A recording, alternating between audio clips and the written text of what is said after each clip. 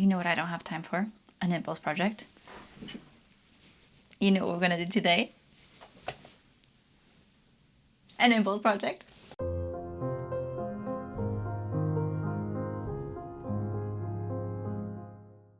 Hello everyone and welcome to this new video. Today we are sewing on a whim, which is one of my favourite ways to sew.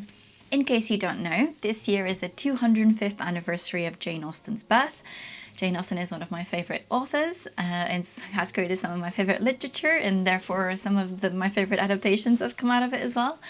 And to celebrate this, and also to celebrate, I believe it's the 20th anniversary of the 2005 Pride and Prejudice adaptation, they're actually showing the film again in cinemas, and which means I get to see it in the cinema for the first time ever. I'm so excited. But I decided to go, and on a little whim, I thought, oh, why don't I just make a new Pride and Prejudice dress to wear to it? Because why not? In case you're new here on the channel, I have already made 2 costumes from the film. I really like that simple style of dress, and I thought I would give you a really quick rundown context of Regency fashion. Very quick. So the Regency was categorized by an ideological return to neoclassicism, which is sort of the ideals of the Roman and Greek ancient times. And fashion followed. A revival of the classical lines with sort of their more simple undergarments with column-like styles made of very lightweight fabrics became really popular. Though there were year-to-year variations, this type of dress with this distinctive change was visible between 1800 and 1820 roughly, although by the 1820s you could see sort of a natural lowering of the waist, thank God, and a return to widening the hem. Now, Jane Austen lived between 1775 and 1817, so she would have lived through the peak of Regency fashion. And why is this relevant? Well, when trying to costume adaptations of Jane Austen novels, people typically tend to pick the very traditional high Regency style, which the BBC, the 1995 Pride and Prejudice adaptation is a really good example of that. Now, I know there's a lot of controversy between the film and the BBC adaptation and the costumes. I'm not here to vindicate the 2005 adaptation. I actually have a video I did when I sort of first started getting into historical costume and having a proper look at the costumes in the film, adaptively called First Impressions, because it was my first impressions of the costumes as a person who is now studying fashion history. However, I like to point out that Pride and Prejudice was published in 1813, which is correct, and that's why people usually place it in that sort of Regency style. But it was actually written between 1796 and 1797, a very transitional point in time in fashion. And I like to imagine Jane Austen sitting down to write this, and when she was picturing these characters, they wouldn't be wearing 1813 fashions because she hadn't lived to that point yet. And that is not to say that the 2005 adaptation has more transitional styles. I definitely feel like it does have a bit more transitional vibe to it, but I think overall the costumes still achieve what they're meant to. They have Regency style lines with the higher bodices, some of them are apron fronts, which were very common, some of them are wrap dresses or v-necks. Like, there was very popular styles that were reflected in the costumes in the film. And I know there's been some discussion recently that the reason the costumes weren't in High Regency, I'm calling it High Regency, is because the director didn't like those styles. And I'm not here to defend him, the costumer's choices, none of that. I just wanted to provide you some context. So for this dress, I've decided to make the green dress that Elizabeth wears.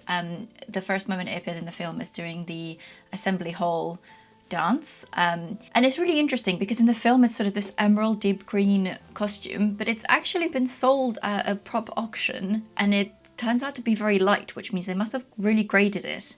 It really made me doubt whether this was the same costume, but it does appear to be the same. Now, I know that the costumes aren't known for being historically accurate, but I'm going to try to make them in a historical adjacent way, which means I am using period appropriate patterns and period appropriate fabrics and period appropriate construction methods where possible. I will be using a little bit of the sewing machine, but that's just because I don't have the time to hand sew it. And that's just something we gotta live with. I will hand finish anything that will be seen. But my main resource for this costume today is this book. This book is called Regency Women's Dress, Techniques and Patterns from 1800 to 1830 by Cassidy Percoco. I bought this on impulse at the V&A gift shop because it was discounted, to be honest, and it seemed like a really great deal, and I didn't have anything in my collection from the Regency because it's never been a style line that really flatters me, and I think that's one of the reasons that I really do like the 2005 styles better, is that I think naturally they do flatter my body a bit better than other Regency costumes, and I really don't like the Empire waistline. So you might be thinking, Kat, why are you doing this? Because these costumes have a slightly lower waistline and I can live with that. So for this costume, the reference I've decided to pick is the Quaker gown that is described in page 66. So this book contains descriptions of extant dresses, their styles, how like a brief description of them, and then a gridded pattern that was taken from the extant garment. So this pattern is from an actual extant dress, which means it's greatly historically accurate, which is what we love. And then to do this, I measured out the pattern and I equated it to my measurements so that when I draft the pattern, I can draft them based on the style lines here in the grid, but to my measurements. So that's what I've done, and I've actually already done 2 rounds of mock-ups, and I'm now on the 3rd mock-up. So I just need to finish fitting that, and then I can proceed to actually cutting it. And I think I have about 4 days to make it, so we really need to get going. Okay, so this was my first mock-up. The pattern exactly as I drafted it from the grid. And they were basically the reason I wanted to do a full mock-up, so with the gathered panel as well, was to try and figure out how this bodice went together. And this was actually really helpful because I think I now have a plan on how to put it together. I don't know if I mentioned, but the book has the gridded patterns and a brief description of the extant dress they were taken from, but no actual assembly instructions. So I just kind of had to figure out how it goes, because there's a fitted lining front, and then there's a side bag piece and this gathered front that kind of go over that. So yeah. I had to make some changes. As you can see, it's just slightly too small, and there are a couple of odd things. So the curve of the armhole is different between the lining and the outer bit, so I needed to fix that to match the lining because that one was better fit for me. It is just about, I think I just need like an inch of ease for it to really fit properly. And then the other interesting thing was that because of the way I drafted the pattern and scaled it up, this, which I believe is meant to be a bust dart, is actually like way out into here. So I'm gonna move that dart as well. And then I think the back felt a little bit short. As you can see, it kind of tilts up, but I don't think that's because it's unbalanced or anything. I think it is just slightly too short. But when I'm not sure if I'm going to add it here. I might just add a little bit to the strap at the back to lower it. So yeah, I'm going to make these changes to the pattern and I'm going to make another mock-up, but I think I'll only do the fitted lining because I understand how this gathered part goes over right now. So okay, so we're definitely closer, but we're not quite there yet. It's still just slightly too small at the waist, so I'm just going to add a tiny bit more, but only at the waist to the side seams, because over here on the bust and the top I think there's plenty more space, like there's a much easier overlap here. Otherwise there's this issue here at the back, and I think I'm going to go look at some fashion plates because I have this nagging feeling that most Regency bodices are actually shorter at the back and like sort of tilt up. I'm going to go look at some extents because I think that might be the issue. Also, I did move the darts and they're perfectly aligned now, so that's great. But yeah, these are very easy small differences. I think the armhole's fine. Yeah, it's just really about this length here. I'm not sure, because I'm very used to making bodices try to be even at the waist, you know, like a straight line. But I think that might just be a design thing, because I added a whole inch to the strap, which I think has definitely helped. But it still looks... I did also change the angle. Sorry, I forgot to say, but the side back seams were really hard to sew on the first mock-up because there was too much extra fabric. But they did lay much nicer than these new ones. You can see there is some fabric bunching.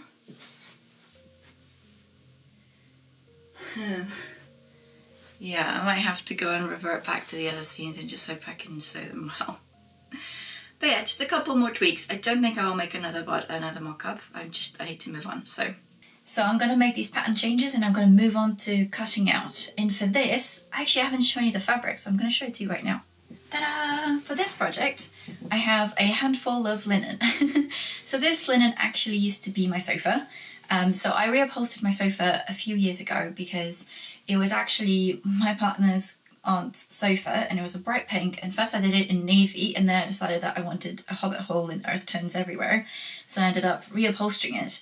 And this fabric was actually a nice sandy peach, which I dyed using Dylon's machine washable for a screen, which was a really easy thing to do. So I literally just overlocked all the edges and threw it in the machine with one of these pots. I bought two just in case because it was a lot of fabric, but I only needed one. I set it on a cotton cycle, then rinsed it, and it turned out amazing. I think this is the perfect shade. I love it. I think it's perfect. And I made sure that I drafted my pattern pieces and that I had enough, so I'm using 3 scraps from the sofa, and I have to be really careful cutting out because as you can see here, there's these bits with holes, which were where I cut a hole to make sure we could screw the sofa back together after I upholstered it. But this is a really thrifty way to use up this fabric and I'm very pleased with it. I am going to use a little bit of plain linen that I have just to interline the bodice, but this guy's just going to be like this. I'm going to put in a pocket in it and it's going to be a centre front closure, probably an apron-like closure or a dog-leg closure. And yeah, that's it. I'm very excited. Let's go. Well, that took some very questionable positioning, but I think I've got the pattern down on my scraps of sofa fabric. So these are the bodice pieces. I've already cut some out of the linen, but only basically the lining. So that's already got linen under there, and then the rest is over there, including a sleeve that I haven't mocked up yet, so it's just to make sure I have enough fabric for the sleeve. So the skirt has, that's the front, that's the side, that's the back. I'm just going to go ahead and cut it. I have compromised on seam allowance in some places, but we move.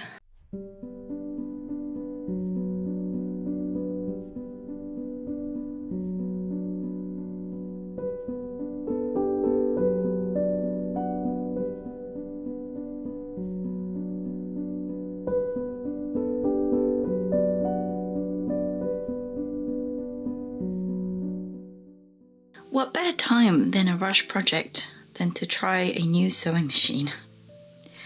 So I introduced to you my new impulse purchase, this beautiful 1920s Singer. Let's open her up.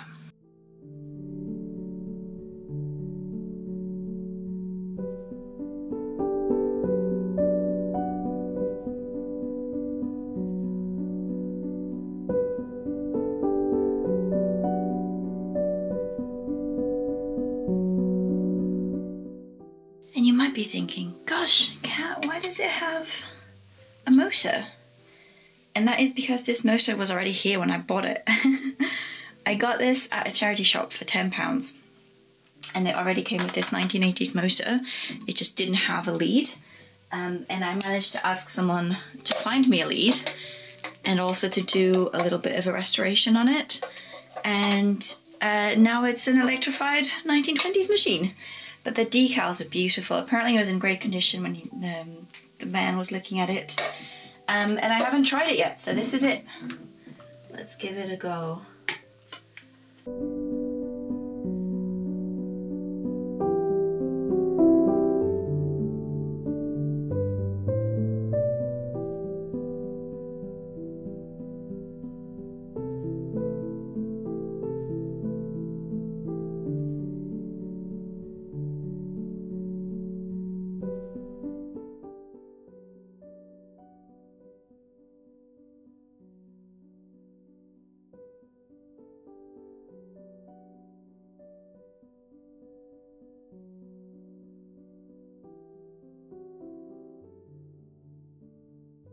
Okay, so the first step is for sure to do a little sampler to try and figure out the tension and everything. And this is my first time really like getting to grips with the machine and really looking at it, to be honest. And I've just noticed, so firstly, this here is the stitch length. and as you can see there's no numbers on it. You just, I've figured out that by turning it, it's actually a bigger stitch, and by loosening it is a smaller stitch, which to me is counterintuitive because the machine that you see right there behind is the other way, but that's fine. And then the other thing I noticed is that it doesn't seem to have a backstitch option. So my 1950s machine that's behind does have a backstitch option, and you do it by holding up the stitch length. I can't seem to find any dial on here that would do anything else, so I think this is just a straight stitch machine, no back, no nothing. I might try and find a manual for it online a bit later, because it didn't come with one, so I'm just kind of guessing. But I did manage to figure out how to load the bobbin, how to thread the machine, and also the tension. So I was really struggling with the tension here, but I think I've managed to figure out something that I'm happy with, and that's just this dial here, which as you can see also doesn't have any numbers. So bit of guesswork, but still a lot of fun. I'm gonna quickly see if I can find a manual just to double check on the backstitch option. If not, I'm just gonna leave long thread tails and just lock in the stitches by hand. That's fine.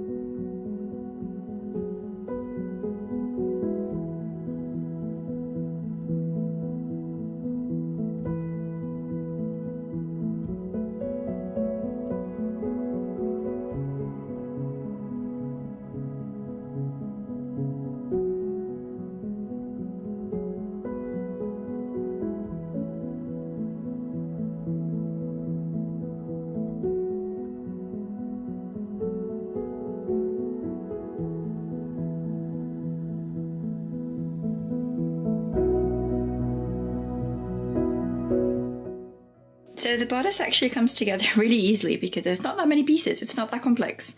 So I first sewed up the back seam of the pieces. You can cut this in the full, I just didn't have enough fabric. Then I did the darts on the lining piece after I interlined the whole thing. And I then attached, so this front piece is kind of loose from the lining, these two. And then I did a short running back stitch it by hand just to give it that really nice clean look. But actually that was really dumb. I should have just pinned it into place and then gone through all of the layers. So I think I'm going to have to undo that and do it again.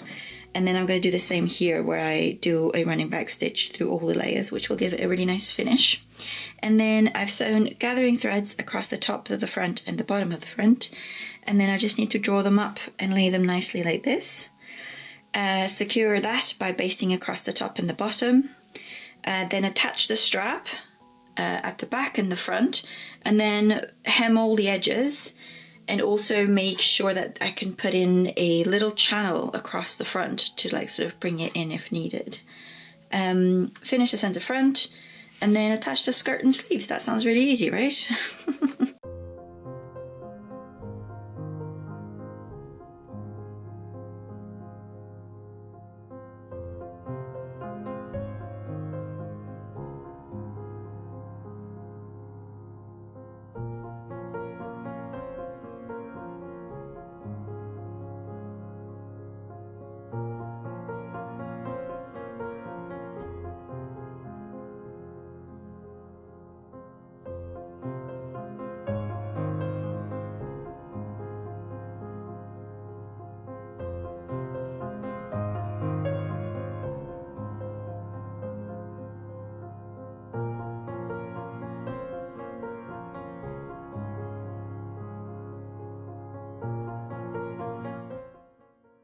I'm just working on the sleeves, and I just wanted to show you a little bit about them because they are a very odd shape. So my pattern actually ended up really different from the schematic, the diagram. I had to add a lot for the sleeve to fit me. My arms are just bigger, that's how it is. But this is kind of what it looks like. It's an odd shape. I've made it shorter, so the one in the book is a full length sleeve, but obviously this dress is a 3/4 length kind of thing, just beneath the elbow, which is a kind of 18th century sleeve, so it's not unusual. But it a bit like this. So it has a straight edge on the grain on the back underside, and then the front, the sort of the bit that wraps around the front towards the elbow, is cut on a diagonal. And this is about, when I scaled it up, I had to make sure that it was shorter by the same amount, because this side is shorter by about, I think it was 1.5 to 2 inches. And at the beginning, mine was much, much shorter. I think it was about 3 or 4 inches shorter, and I was really struggling to make this match up. But I found that this is actually really easy to match up when you've got that 1.5 to 2 inches. So all I'm really doing is I'm matching the top and the bottom of the sleeve. I always do this with the longer edge underneath. I do that for princess seams, for all kind of things where they're not even in lengths, and it really helps in my opinion. But as you can see, this is them just sort of matched up, but if you pull gently, it kind of evens out, because the top edge here is cut on the bias, so it just gently stretches to match that. So I just gently stretch it so it matches, and I pin it, and then I'll just sew it by machine. It should be alright. If you're struggling, you can always just baste it as well, because that will really help get it smoother on the machine. I don't think I'm going to bother. But yeah, you just pull it gently and it kind of just matches up. It's a bit like magic. So I just need to sew these seams, and then I'm going to set in the sleeve in an 18th century fashion. It is my first time doing this properly, but I did try it out in the mock-up, and I think that is the way to go for these sleeves. So sleeves, let's go. But it's looking like something. So I didn't really take any footage of me putting the sleeves in, because it was my first time really doing it this way properly, and I didn't want to be I didn't want to be an authority in it, if you know what I mean. So the idea of an 18th century sleeve is that basically you pin the sleeve between basically the under part of the armhole, right sides together as usual, but then for the top you just lay the sleeve over the shoulder and then you fold the strap over it. So it's kind of like two different seams. The top is like kind of top stitched, and this is like sewn like a normal seam. So for that I had to turn in the edges of the strap and just put it down, and I did this on my dress form, not on myself, but I did try it on and it felt okay to me. So I've basted the whole thing, and I'm actually going to sew the underarm sleeve here with the sewing machine, and then I'm going to top stitch everything else by hand, including finishing the neckline and the center front, so I can have those done. I also just finished the bottom cuff just by turning it under and doing a little running stitch in the matching thread. This is raw, but I think I'm going to, if I have time, just hand over cast all of the edges as a little like evening project for sitting on the sofa. But yeah, it's coming together really well, so I'm just going to sew in the sleeves, finish off this hand sewing, and then I have over there a skirt to pleat, sew and hem. And then it should be pretty much done. I need to add a little bit of trim here and maybe a little ribbon to gather this, because I think that's what the original dress has. But yeah, I think it's looking really nice.